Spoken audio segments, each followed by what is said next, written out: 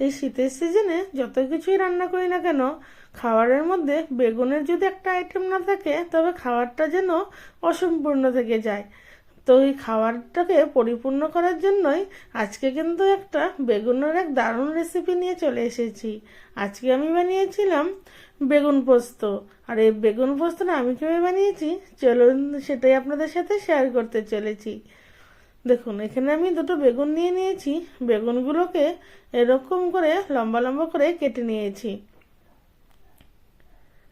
তবে আপনারা বেগুনগুলো যে যেরকম খুশি সেই রকম শেপে কিন্তু কেটে নিতে পারেন। বেগুনগুলোকে ভালো করে ধুয়ে পরিষ্কার করে নিয়েছি। এখন এর মধ্যে এক এক করে গুঁড়ো মশলা দিয়ে বেগুনটাকে ভালো করে একটু ম্যারিনেট করে নেব। দিয়ে দিলাম নুন, হলুদ গুঁড়ো।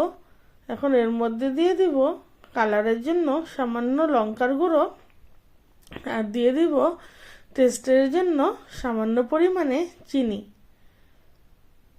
এবার সমস্ত কিছু দিয়ে বেগুনটাকে খুব ভালো করে এপিট ওপিট মাখিয়ে নেব। আর বেগুনটাকে এইভাবে মাখিয়ে নিয়ে বেগুনটাকে 5 মিনিটের জন্য রেখে দেব, যাতে নুন আর চিনিটা গলে নিয়ে সমস্ত কিছু বেগুনের ভিতর অবধি ভালোভাবে ঢুকে যায়। তবে কিন্তু বেগুনটা খেতে বেশ দারুণ লাগে। বেগুন পোস্ত কিন্তু আমরা অনেকভাবেই বানাই, তবে আমি আজকে এইভাবেই বানিয়েছি, তো ভাবলাম আপনাদের সাথে একবার শেয়ার করে দিই। দেখুন, বেগুনগুলো কিন্তু খুব সুন্দরভাবে মাখিয়ে নিয়েছি। এখন এটাকে অল্প সময়ের জন্য রেস্টিং টাইমে রেখে দেব। এদিকে আমার কড়াইতে তেল গরম হয়ে এসছে। এখন এর মধ্যে এক এক করে বেগুনগুলোকে দিয়ে উল্টে পাল্টে ভালো করে ভেজে নেব। তো বেগুনগুলো ভাজার সময় কিন্তু একটু ঢাকা দিব না, ঢাকা দিলে বেগুনগুলো বেশি সফট হয়ে গেলে পরে যখন পোস্ত দিয়ে বেগুনটাকে রান্না করব তখন বেগুনটা গলে নিয়ে কিন্তু ভেঙে যাবে। দেখুন, একটা সাইড আমার ভাজা হয়ে গেছে। এখন বেগুনটাকে উল্টে নিয়ে অপর পাশটাও একটু ভালো করে ভেজে নিচ্ছি।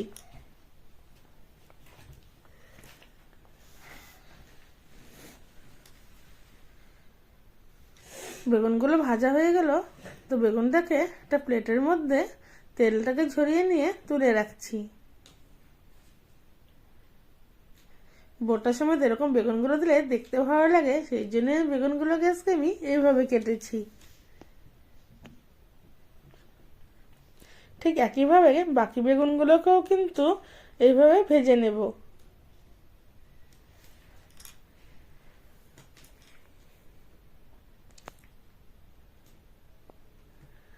আর বেগুনের ম্যারিনেশনের সময় একটু লঙ্কার গুঁড়ো দিয়েছিলাম, সেই জন্য কিন্তু বেগুনটা ভাজার পরে কালারটাও কিন্তু বেশ সুন্দর হয়েছে। আর বেগুন ভাজা তেলের মধ্যেই এখন আমি ফোড়নের জন্য দিয়ে দিয়েছি তেজপাতা আর কালো জিরে। আর এখন এর মধ্যে দিয়ে দিলাম একটা বাটা মশলা। এর মধ্যে ছিল জিরে আর লঙ্কার গুঁড়ো। এখন দিয়ে দিলাম এখানে হলুদ গুঁড়ো, ওখানে লঙ্কার গুঁড়ো দিইনি, জিরে আর পাকা লঙ্কাটাকে পেস্ট করে নিয়েছিলাম। আর তারপর দিয়ে দিলাম হলুদ গুঁড়ো আর কালারের জন্য সামান্য কাশ্মীরি লঙ্কার গুঁড়ো। মশলাটা থেকে যখন তেল ছেড়ে আসবে তখন ওর মধ্যে দিয়ে দিলাম পোস্ত বাটা।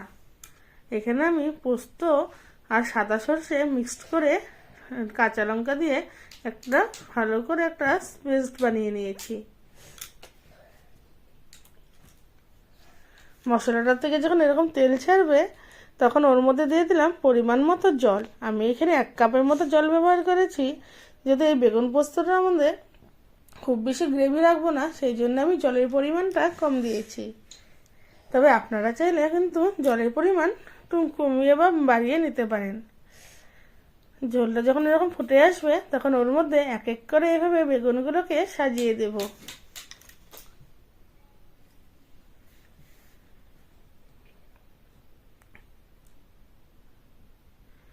দেখুন, গ্রেভির মধ্যে বেগুনগুলোকে এক এক করে এভাবে সাজিয়ে দিচ্ছি।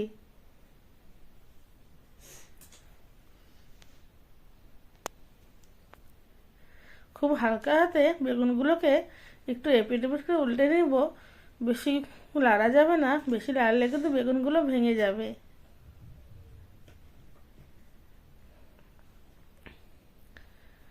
এরকম করে কড়াইটার মধ্যে এরকম ঝাঁকিয়ে ঝাঁকিয়ে মশলাটাকে বেগুনের মধ্যে মিশিয়ে নিচ্ছি।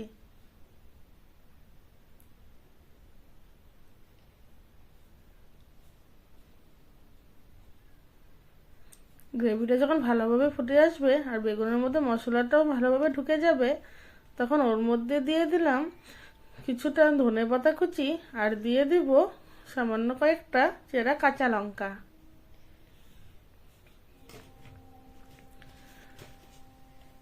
খুন্তির সাথে ধনেপাতা লঙ্কাগুলোকে ভালো করে একটু মিশিয়ে নিলাম।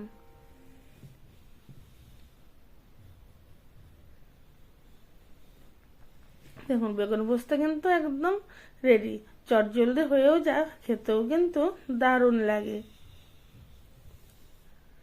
গ্রেভির ঘনত্বটা যখন এরকম পর্যায়ে চলে আসবে, তখন এর মধ্যে উপর থেকে সামান্য পরিমাণে কাঁচা সর্ষের তেল ছড়িয়ে দেব।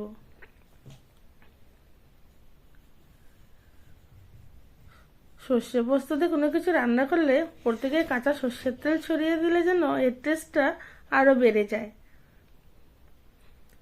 সর্ষের তেল ছড়িয়ে দিয়ে ঢাকা দিয়ে কিছুক্ষণের জন্য রেখে দিলেই কিন্তু এই বেগুন পোস্ত খাওয়ার জন্য একদম রেডি।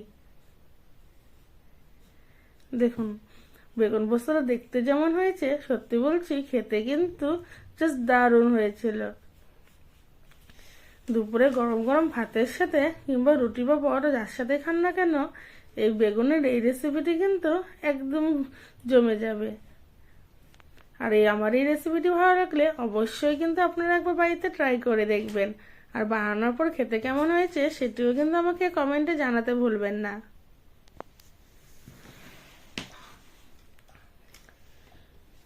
ভিডিওটি ভালো লাগলে অবশ্যই আমার চ্যানেলটিকে সাবস্ক্রাইব করে আমার পাশে থাকার অনুরোধ রইল। আর আপনাদেরকে অসংখ্য ধন্যবাদ এই ভিডিওটি দেখার জন্য।